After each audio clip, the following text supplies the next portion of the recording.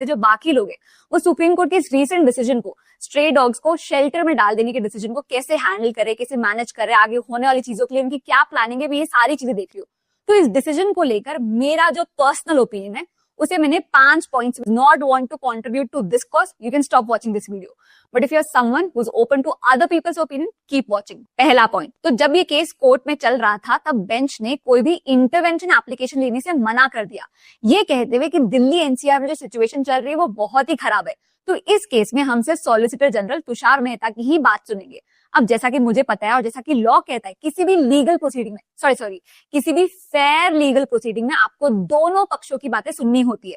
तो अगर ये case human versus animal conflict का है तो आपको एनिमल्स के बिहाफ पे एनिमल राइट एक्टिविस्ट की भी बातें सुननी ही होंगी। अब दोनों पक्षों की बातें सुनो और फिर एक फेयर डिसीजन दो, और इसी को राइट टू फेयर हियरिंग कहते हैं। दूसरा है ये कमेंट जो ये कहता है कि अगर कुत्तों से इतना ही प्यार है तो अपने घर क्यों नहीं ले जाते। ठीक है, सबको ले जाती हूँ, पर मुझे ये बताना कि क्या तुम मुझे डॉग्स के साथ सोसाइटी की लिफ्ट यूज करने दोगे, क्या सोसाइटी के पार्क्स यूज करने दोगे, क्या डॉग की जो नेचुरल लाइफ है उसे वो जीने दोगे। आप ये क्यों नहीं समझते कि अगर हम एज ह्यूमंस पैदा हुए, अगर हम इस दुनिया के मोस्ट इंटेलिजेंट बींग्स में से एक है, so with great power comes great responsibility, और ये हमारी ही रिस्पॉन्सिबिलिटी है कि हमें इस दुनिया के सारे लिविंग बींग्स का जीवन बेटर करना, ना सिर्फ खुद के लिए, वरना ना मोस्ट इंटेलिजेंट की जगह मोस्ट सेल्फिश बीइंग का टाइटल ले लेते।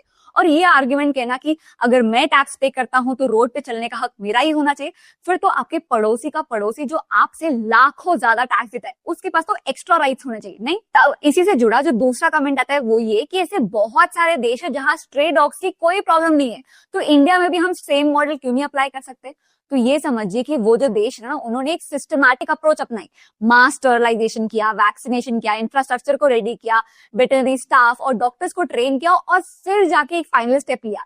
एक दिन अचानक से एक क्विक फिक्स क्रूअल डिसीजन नहीं लिया गया। और हमें ना इंस्पिरेशन के लिए किसी दूसरे कंट्री जाने की भी जरूरत नहीं है, हम हमारे दार्जिलिंग से भी इंस्पिरेशन ले सकते हैं। वहां एक एनिमल शेल्टर और लोकल बॉडी साथ मिलकर हजारों डॉग्स का स्टरलाइजेशन और वैक्सीनेशन करा रहे, और उनका मोटो ही है रेबीज फ्री पहाड़ बनाना। तो अगर हम भी एक सिस्टमैटिक अप्रोच अपनाएं तो इससे किसी को कोई प्रॉब्लम नहीं, रेबीज फ्री पहाड़ बनाना। तो अगर हम भी एक सिस्टमैटिक अप्रोच अपनाएं तो इससे किसी को कोई प्रॉब्लम नहीं होगी और प्रॉब्लम का सोल्यूशन भी मिलेगा। इनफैक्ट आपको पता है इस डिसीजन से सबसे ज्यादा प्रॉब्लम किसको होने वाली है? कोविड के टाइम पर याद है कैसे हॉस्पिटल्स और डॉक्टर्स की सिचुएशन बद से बदतर हो गई थी, वैसे ही इस डिसीजन से animal shelters, animal hospital, veterinary staff और डॉक्टर्स की सिचुएशन बद से बदतर होने वाली है। तो इस प्रॉब्लम के लिए एक सिस्टमैटिक सोल्यूशन की जरूरत है, किसी क्विक फिक्स की नहीं। तीसरा, कोर्ट का कहना यह है कि public safety is our priority, और आपको पता है क्या, कोर्ट की इस बात से मैं कंप्लीटली अग्री करती हूँ, पूरी तरीके से सहमत हूँ। इनफैक्ट मैं